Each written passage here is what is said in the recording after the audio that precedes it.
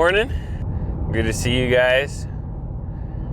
And feel rested today after yesterday. I probably don't look like it, but I went to bed a little bit early last night.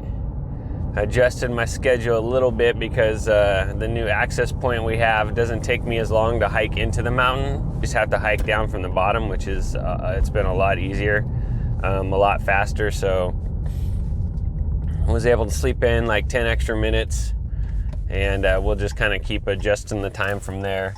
You know, I always do like to get in there at least 30 to 40 minutes before first light.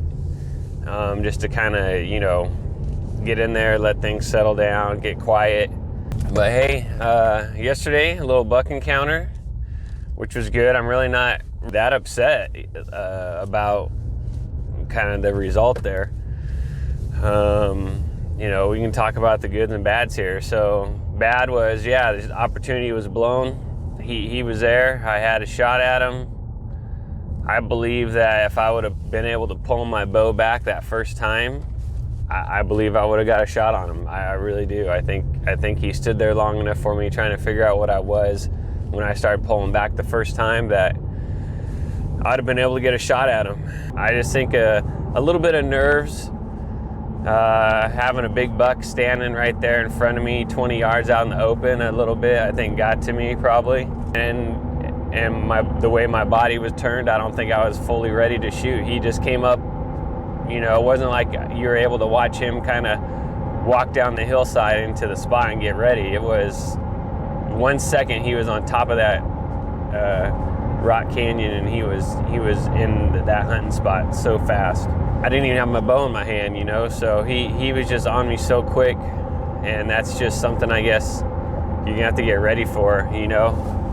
It seems to be most of that spot is going to be like that. It's kind of the bads. The goods, though, you know, you can always take good out of something, was I was in the right spot.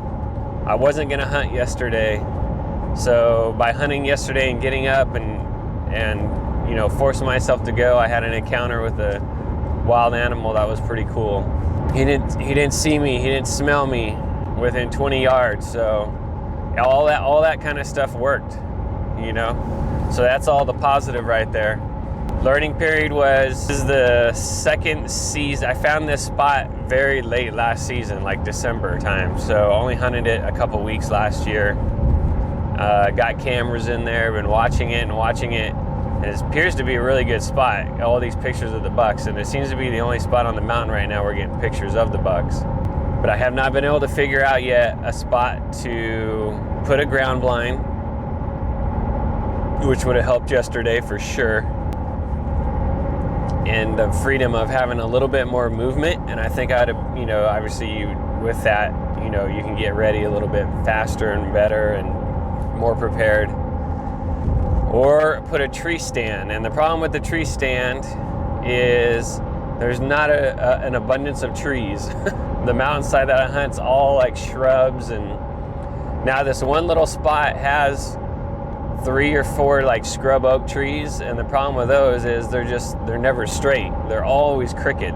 So it's finding, you know, that one limb that grows straight up for you to hang a tree stand on. And I think I found one yesterday on my way out that I believe that I can get a stand into. A lot of hunting left still in this season, so I'm gonna start piecing a stand in there starting this morning. I'm gonna walk in, hunt that spot. So I'm gonna hunt the same spot, but I'm gonna pack in the tree stand steps this morning, and then the next day I'll bring in the tree stand and then the accessories and stuff. So I'm gonna have to find some time to get a stand in there, even if it's like 5 minutes here, get 2 steps up, 5 minutes there, get another 2 steps up. To get it done, because you know I only got so much time to hunt in the morning time. That's what I want to focus on. Every morning I think it was an easy walk yesterday, right down to that new tree stand we put in. I'm gonna just keep going down there, very close eye on that camera, and just see kind of what, you know, there was a doe in the camera, so it'd be very interesting to see if we can kind of, if there's any bucks running this trail. Really bad thing is normally for you guys who don't hunt San Diego and you're watching this, if you hunt San Diego, you usually, in my experience, get one opportunity and one opportunity only. And if you make it, awesome. If you don't, it's pretty rare that you're gonna get another actual like perfect opportunity to kill a deer with a bow. If you're consistent and hunt hard like we have been every day, you're getting up early and you're there, I can guarantee that you'll probably at least get a shot at something, or an opportunity, I should say. But they are not in abundance. You're gonna have to get in there. You know, yesterday could have been my one shot, man. In my experience, that's what I usually get. And you either make them or you don't. So a lot of heartbreak there. There's gonna be a lot of doubt going forward now because of that. But you know, like I said, this is only second season we've hunted the spot. So we've never hunted the spot in November when the bucks are moving. So we'll see. We'll see if it can produce another shot opportunity or one of these other spots that we've just recently found. So, you know, I can only hope that I can stay committed here and you know, get another shot. I do think that was a different buck. I don't think that was the same buck I've gotten on camera.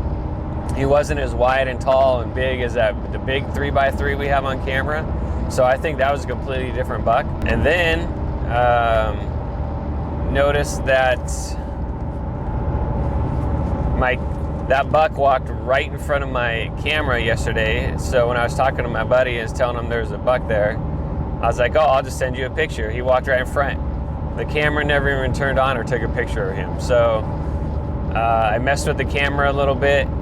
I think there's something going on with that camera. So it may not have been taking pictures lately. I changed the batteries out and it seemed to get frozen on certain screens. I don't think that camera's good anymore. That camera's been out in the sun for like 3 years now taking pictures.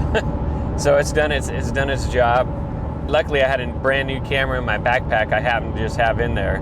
Replaced it. I'm gonna take this old camera with me and test it at the house, but I'm pretty sure it's probably done its job after at least 3 years of you know, it's been out in the field 100% of the time, all 3 years. Maybe time to reload up on the cameras here for going forward. But all right, so we're getting up to the spot here. Listen to a little sports radio in the morning on the way up. It's pretty much over. Just going to check our tree stand camera. Remember, we're gonna check this thing every time we can here because it's easy to get in and out. So let's go ahead and walk you guys into the setup here.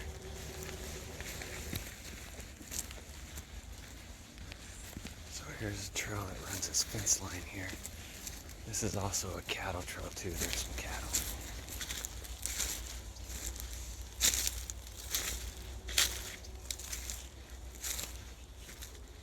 And you can see a pretty worn trail coming through here. The years of them using it. We're gonna check this camera right here, camera right there, and then there's our tree stand setup right there. So no one's really hunted this yet. We're just got to get it ready here. All right, let's see what we got.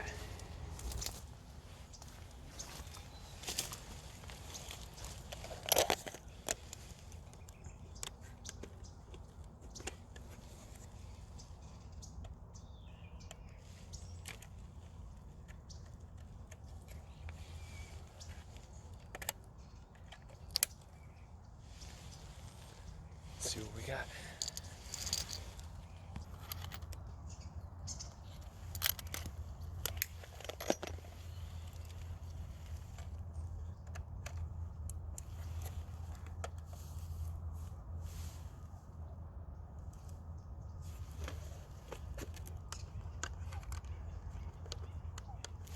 Alright guys, nothing on that camera, so a little disappointing. It's only been here a couple days, but you know, when you have high hopes for a certain spot, but we'll see how it goes. A couple days, you know, right now is the kickoff of the rut. We're hoping that something starts coming through here.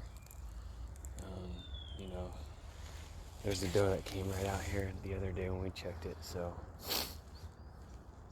you know, we're just gonna have to watch it. You know, for now, kind of just continue to hunt our same spot where we've been getting all the buck pictures at and go from there.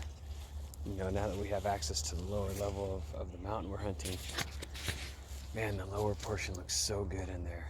You know, there's so many deer trails and beds under these oak trees. It's just, you know, just got to figure out the best way to hunt it, whether it's a tree stand or a ground blind. So let's go ahead and get out of here. That ends our day 12 expedition, and on to day 13.